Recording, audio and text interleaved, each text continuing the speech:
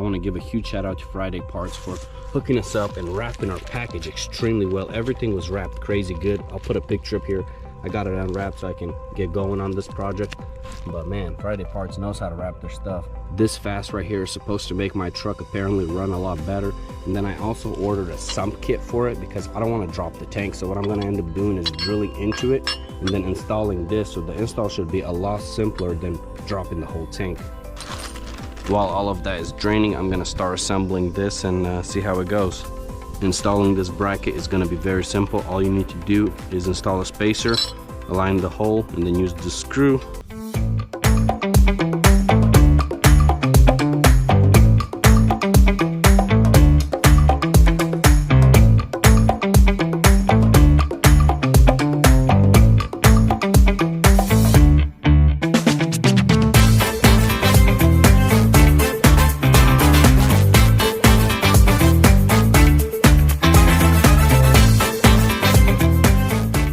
Then I'm gonna need to install this one in between the one on the bed and this. It's kind of hard to see and also very hard to fit a camera in here to show you guys better details, but basically my hands cover up everything. You try to get your hands in here and try to run 4 bolts from the other side, put the spacer, and then you mount it through the pump bracket, and then you try to tighten them, and then you should be all good. A lot of handwork. Alright, I'm gonna move on to the wire harness now. So I already put this fuse in here.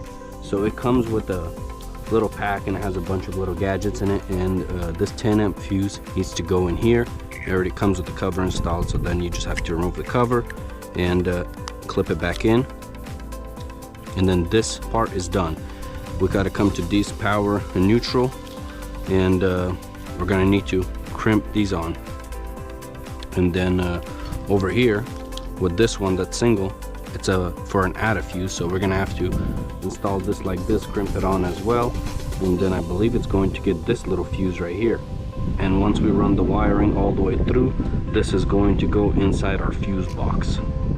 Then there is this relay that is supposed to go over here, and I thought I had to order some grease, dielectric grease I believe is what it's called, but it looks like mine came with it, so I'm not even gonna open the one I ordered. So yeah, you basically want to put it in here or on these connections, push it on, and then this is your cover right here, because this will basically prevent water from getting in and corroding and stuff like that with time. This connection right here of the wire harness is going to mount into the fast pump, so that's going to be very easy. I'm happy that the connector's already on it. I wish these came already installed. I don't know why they didn't, but I guess that's how it goes. This is currently what we're looking like under the hood. Honestly, pretty messy.